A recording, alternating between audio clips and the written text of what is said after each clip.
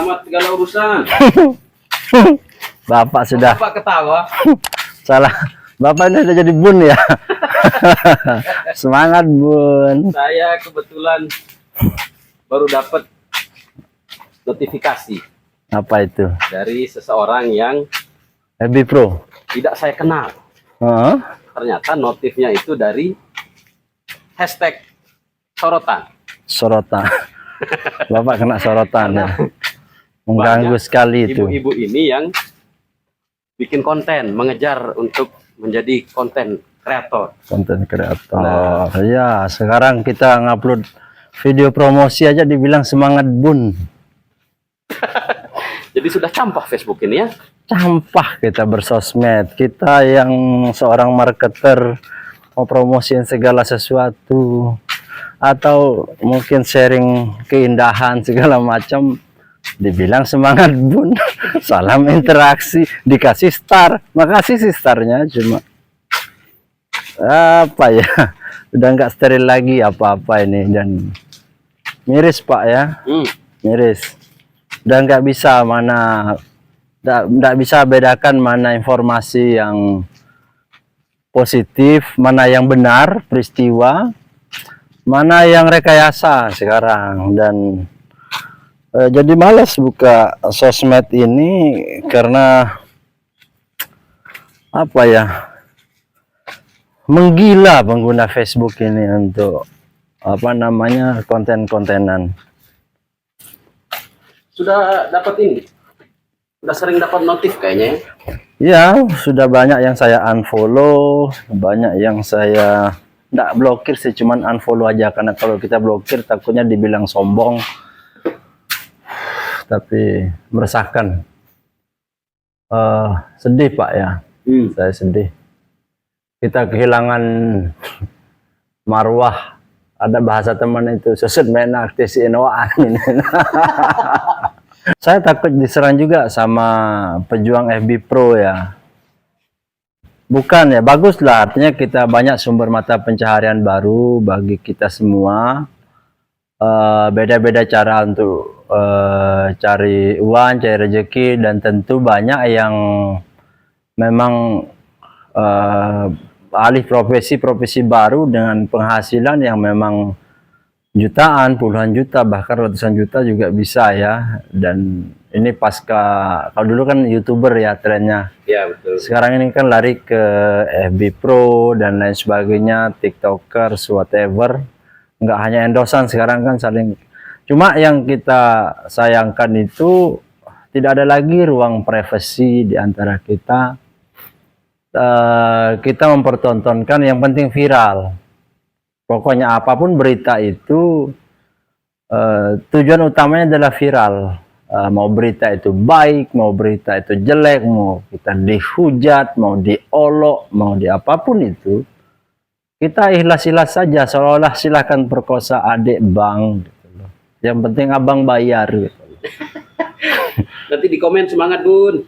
Iya semangat bun. Jadi ada hal-hal yang harusnya tidak kita amini tapi kita juga posting.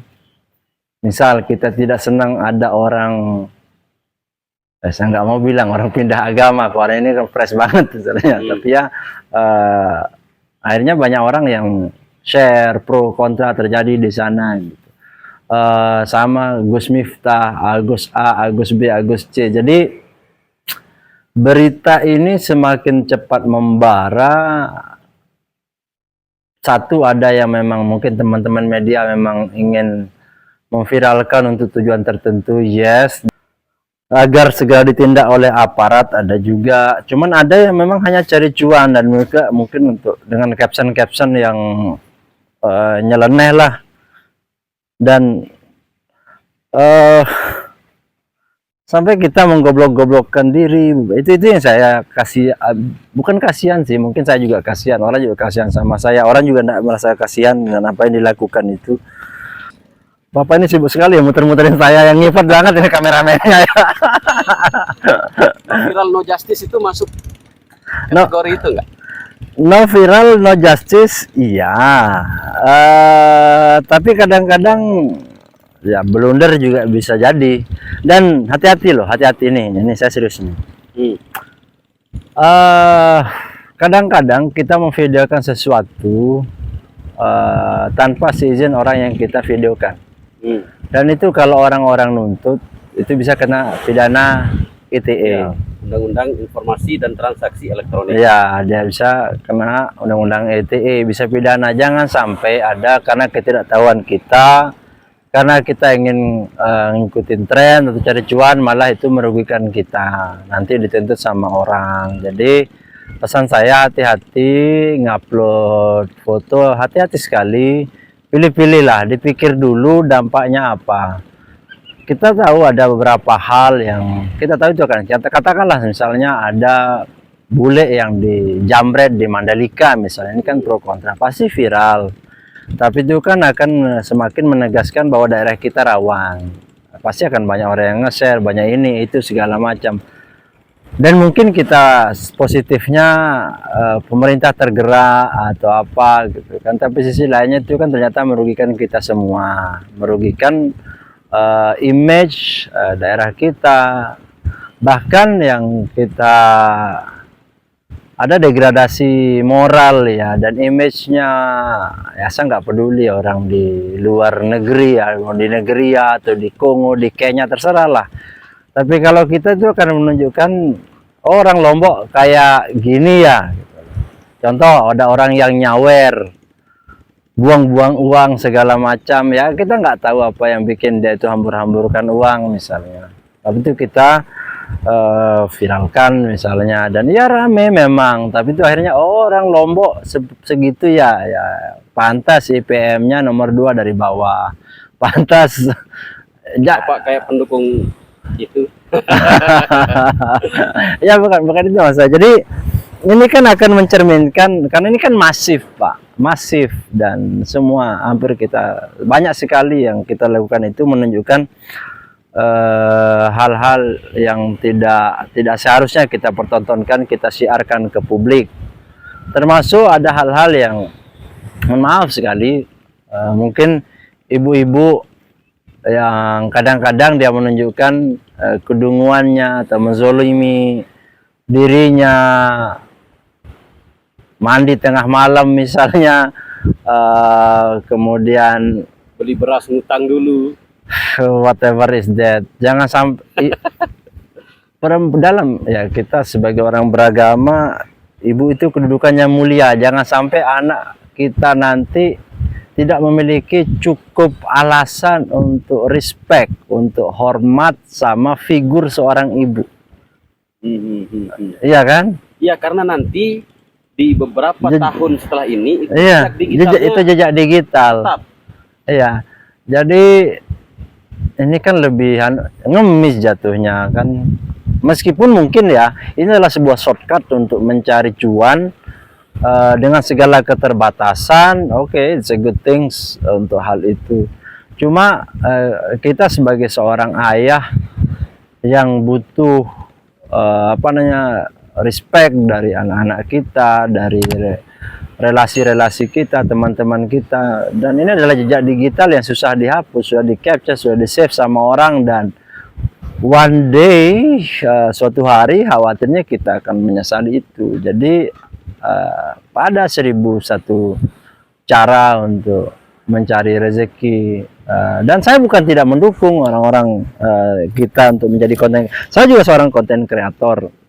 Saya bikin konten hampir di semua platform, kecuali X ya, Threads juga udah mulai coba, TikTok, Facebook, Instagram, tapi harus sedikit berpikir panjang lah, harus sedikit berpikir panjang. Saran kalau kita bikin konten itu baiknya tuh tentang hal-hal yang edukatif, berisi edukasi, informatif. Bagaimana cara bikin pelecing misalnya, bagaimana caranya kita midang yang baik, bagaimana cara bukan ngegombal ya, karena sering merasa annoying nggak? Jelas. Notifikasi jelas. Datang, setelah dibuka ternyata isinya itu. Begitu. Iya, sangat terganggu.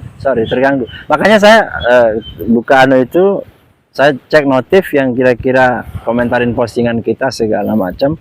Itu aja yang kita replay. Jadi yang sorotan segala macam biasanya ya saya cari notifnya untuk tidak menerima notifikasi itu lagi. Saya melihat konten-konten yang seperti itu malah menurut saya pribadi ya, karena berasa annoying, mengganggu, itu malah nggak banyak yang lihat. Iya, jadi ya orang kan jadi apalagi nih ya, ini pasti kecuali yang sudah menemukan niche-nya ya, sudah menemukan TMS-nya. Nah, Faiz sama Faiz itu saya rasa bagus, dia mengulik kehidupan sehari-hari dan juga dia ada wejangan-wejangannya, pesan-pesan. Ada banyak juga konten kreator kita yang bagus. Indra Sasak juga salah satu yang juga saya saya suka bagaimana dia memperkenalkan budaya kita keluar segala macam, dan dalam tataran yang sangat elegan menurut saya. Bahwa ada banyaklah contoh. Ada kemarin Lili misalnya, itu bagaimana keseharian dia ngaret sampi misalnya. Itu daily life kita seperti apa sih, bagaimana caranya kita ngulik kerang atau mada atau apa, hal-hal yang sifatnya berisikan informasi positif yang mungkin banyak orang yang belum tahu itu. Kalau kita ngarah ke sana sangat banyak sih menurut saya. Bagaimana cara merawat ayam, cara merawat sapi, cara nanam padi, cara nanam jagung, suka dukanya sebagai petani dan segala macam. Itu mungkin akan lebih menarik. Termasuk kita nih konten kreator yang berbicara soal keresahan baik itu pribadi atau fenomena yang ya kita membutuhkan satu buah sudut pandang.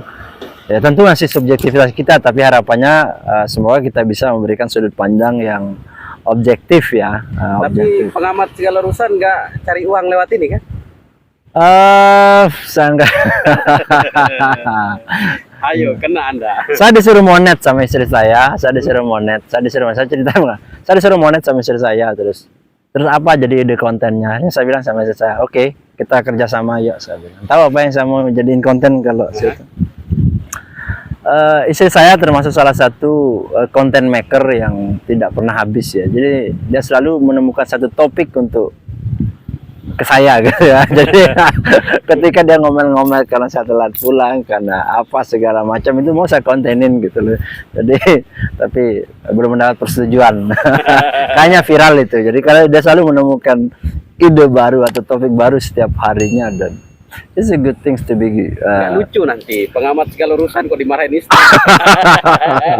Saran deh terakhir. Ya, jadi gini ya, sosmed itu kalau kita mau pelajari ya, sosmed itu sekarang kan dia menggunakan Meta Engine ya, Meta Engine dan juga powered by AI. Ya. AI ini atau artificial intelligence atau kecerdasan buatan itu dia juga dalam tahapan menyerap informasi, belajar, scanning dan scamming juga. Nah, jadi dia itu akan senang sekali AI ini untuk ngambil semakin banyak kita kasih asupan kata-kata, dia makan kata-kata. Informasi baru. Itu informasi baru. Kata-kata itu jadi words atau kata-kata yang kita sampaikan, yang kita ucapkan itu yang direkam. Nah, semakin dia ngerekam, maka dia akan nyedot di kita sehingga penetrasinya naik. Sehingga dia kebus ke atas. Itulah gimana sih timbul FYP itu, semakin banyak orang yang berinteraksi, makanya salam interaksi gitu. Ketika terbanyak trafficnya banyak, apakah itu trafficnya dari C2C, customer to customer, ataukah dari engine itu sendiri yang bikin trafficnya keangkat, maka biasanya kecenderungannya itu ketika kita banyak omongan-omongan seperti ini, dia banyak kata-kata yang direkam, yang diserap, yang coba disimpan oleh si engine ini. Jadi storytelling kata-kata itu juga salah satu hal yang bikin itu cepat terangkat gitu ya kalau mau itu. Dan hashtag itu bukan FB Pro, karena kita bukan penggemar FB Pro, tapi konteksnya apa sehingga orang yang menggemar scroll sesuatu itu akan muncul di bendaranya, dia akan engagementnya akan dapat, karena dia akan nonton lebih lama karena memang itu suatu hal yang dia suka. Dia nggak akan nyasar ke kita yang nggak suka highlight atau sorotan gitu. Oke, berarti kesimpulannya para Bijak, bunda-bundi be wise, jangan sampai kita kehilangan marwah, harga diri, privacy kita itu adalah suatu yang sangat berharga. Tolong sama-sama kita jaga. Sosmed adalah dunia entertain, dunia hiburan yang bisa kita manfaatkan untuk berbisnis, berinteraksi, bersosial, tapi jangan sampai kebablasan. Dan ingat, in the long term, dalam jangka panjang, jangan sampai besok kita menyesali apa yang sudah kita lakukan dulu-dulu. Karena waktu nggak mungkin terulang gitu ya. salam saya terakhir ini berarti bukan salam Fitraki lagi berarti. Salam akal sehat. Salam waras ya. Oke.